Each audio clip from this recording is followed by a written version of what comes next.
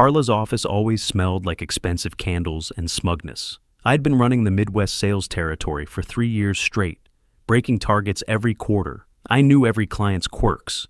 Which ones wanted to talk fishing before business? Which ones preferred email over calls? Even who hated Monday deliveries. Today, Carla was in her high-backed leather chair, the Chicago skyline behind her like a smug backdrop. Ashley sat off to the side, legs crossed, scrolling her phone like she'd just gotten a breaking news alert. Except her face was too carefully blank. "Come in, have a seat," Carla said, clasping her hands on the desk. No small talk. Bad sign. I sat, keeping my voice even. "What's going on?" She gave a sympathetic smile I'd seen her use on clients she planned to dump. "We're making some adjustments to the sales team." Ashley's thumbs kept moving. She didn't look up. Carla continued. "We're bringing in Tyler, you remember him, Robert's son, to take over your territory." I stared at her. "Tyler, as in your friend's kid?" She nodded, like I'd just solved a crossword clue. "He's 23, full of fresh energy. I think our clients will really respond to his enthusiasm." Fresh energy. Right. I thought about the 5-state territory I'd built up. The clients who trusted me because I'd shown up at their plants in snowstorms. The contracts I'd fought for when competitors undercut us. But sure, let's replace that with a guy whose biggest achievement was probably a group project in college. Ashley shifted in her chair, still pretending to read her phone. She knew, she'd known before I walked in. The tightness in my jaw turned into something heavier. Carla leaned back, her tone syrupy. "We just need a new approach, younger voice, new ideas." "Does Tyler have any experience?" I asked, even though I already knew the answer. She waved a hand. "He's eager to learn. That's what matters."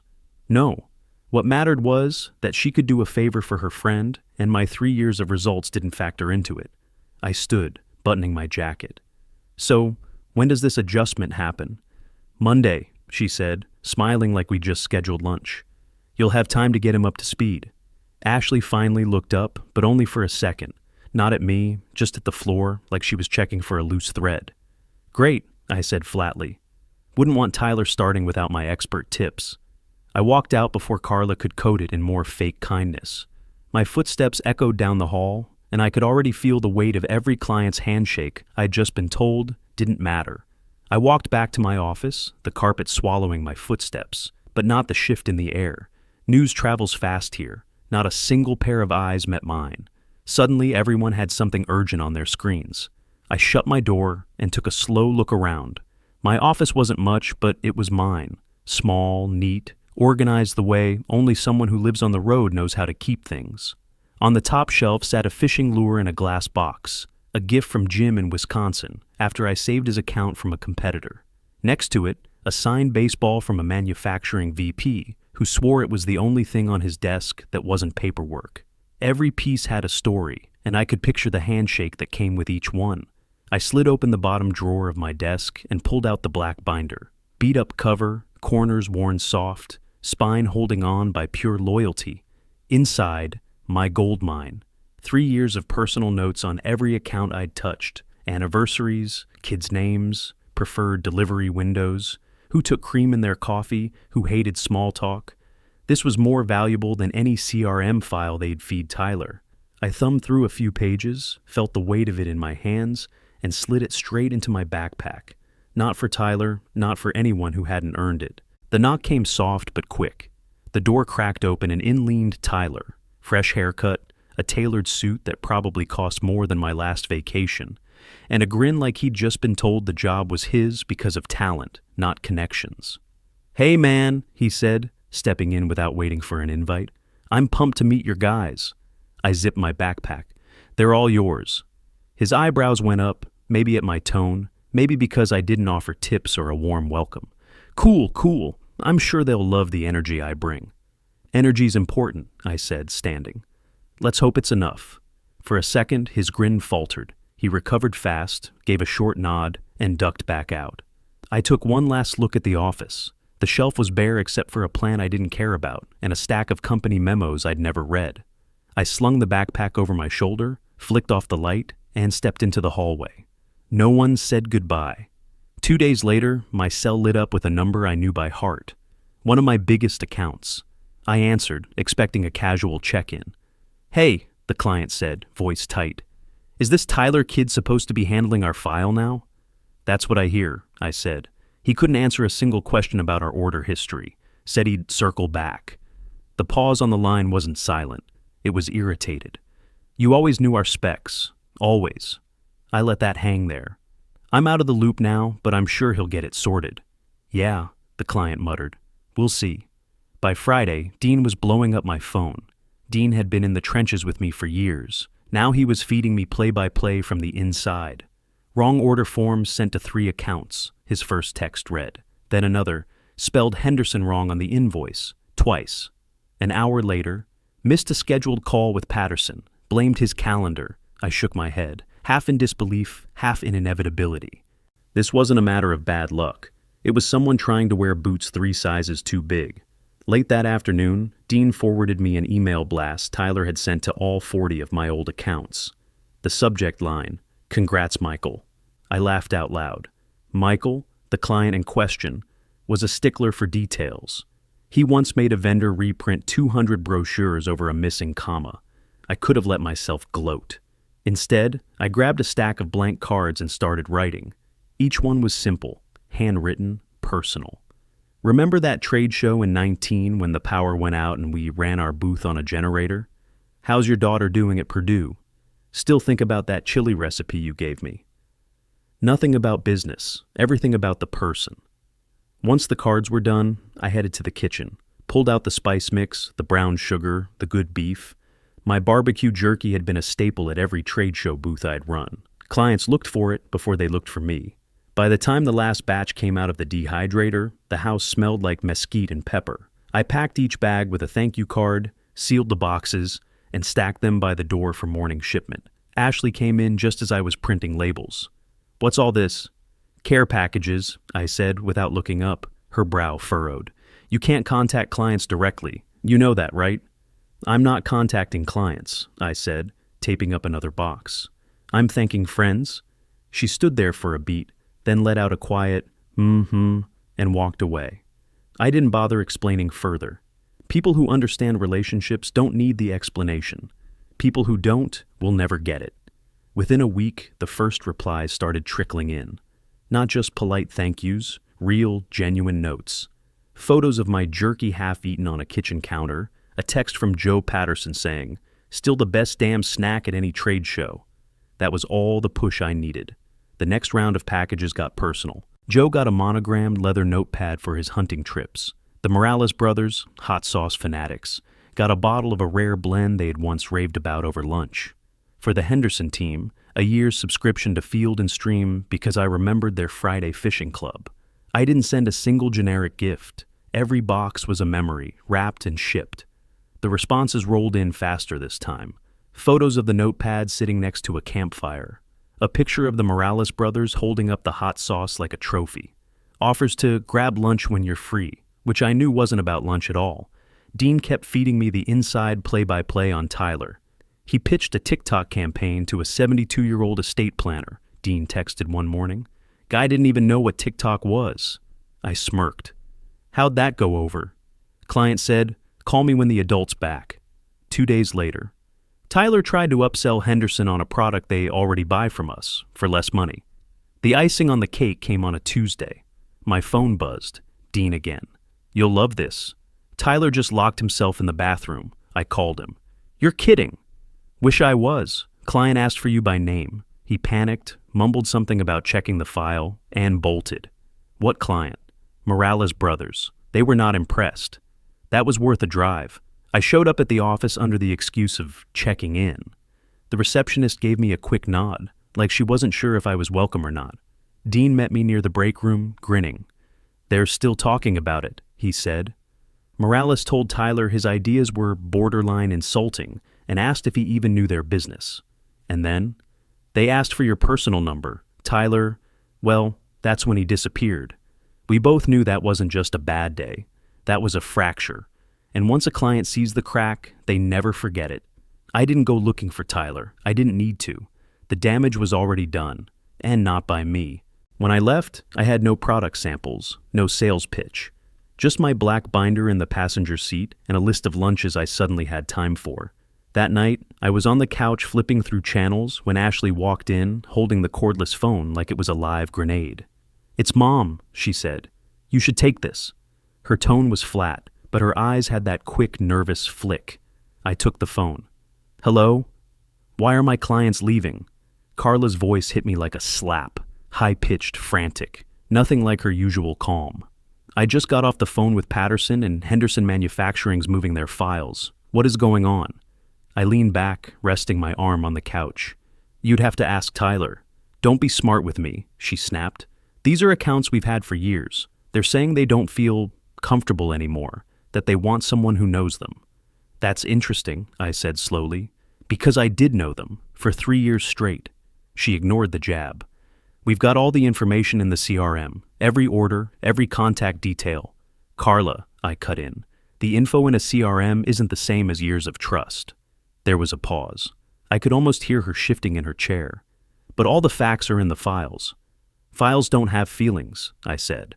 "Files can't remember who lost a son in 2020 or who needs an order pushed early for a grandson's graduation. Files can't sit in a freezing plant at 5 in the morning to make sure the loading dock crew gets coffee before a rush." The silence on her end stretched. Finally, she asked, "So, what are you saying? That Tyler can't do the job?" "I'm saying you gave him a list of names and numbers. I had relationships." More silence. The panic in her voice had dulled, replaced by something heavier. "Well," she said at last, "thank you for taking the call." "That it?" I asked. "For now." She hung up before I could answer. I set the phone down on the coffee table. Ashley was still standing in the doorway, arms crossed. "She sounded bad," she said. "She's starting to get it," I replied.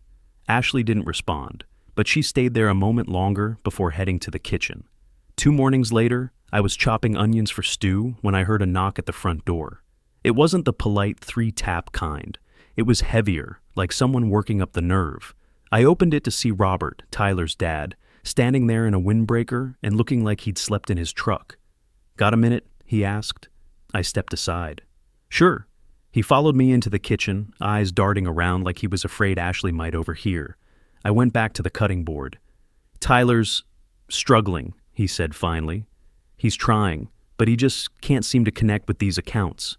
I kept my tone even. "That's a tough thing to fake." Robert rubbed the back of his neck. I told him, "Just learn the clients. It's all in the system." "But it's not working. They don't open up to him. Half of them barely return his calls." "Robert," I said, setting the knife down, "when you met your wife, did you win her over by memorizing her favorite color, or by actually paying attention to who she was?" He blinked at me, caught off guard. "Well, I listened to her." "Exactly. You can write down a birthday, but if you don't remember why it matters to them, it's just ink on paper. You can't spreadsheet your way into loyalty." He sank into a chair. The lines in his face looked deeper than I remembered. I thought enthusiasm would carry him. I didn't realize how much was built before he ever stepped in. "That's the thing," I said. "You can't inherit trust. You have to earn it." He nodded slowly, like the weight of it was finally landing. "I'm sorry this happened the way it did." I shrugged. "Not my call to make." Robert stood, hesitated, then offered his hand. I shook it, feeling how cold his was. "Thanks for being straight with me," he said. He walked out looking older than when he'd come in. I watched his car pull away, the taillights fading down the street. Then I went back to the cutting board. The venison had been marinating overnight, a gift from a hunting buddy client who'd called last week to see if I still made my stew. I tossed the onions in the pot, added the meat, and let the smell fill the kitchen. Satisfied, but not smug. Carla called that Friday, her tone sugary but tight, inviting Ashley and me to Sunday dinner. "Family only," she said, like it was some olive branch. Sunday evening, we pulled into her driveway. The dining room was set like a magazine spread, crystal glasses, silverware lined up like soldiers.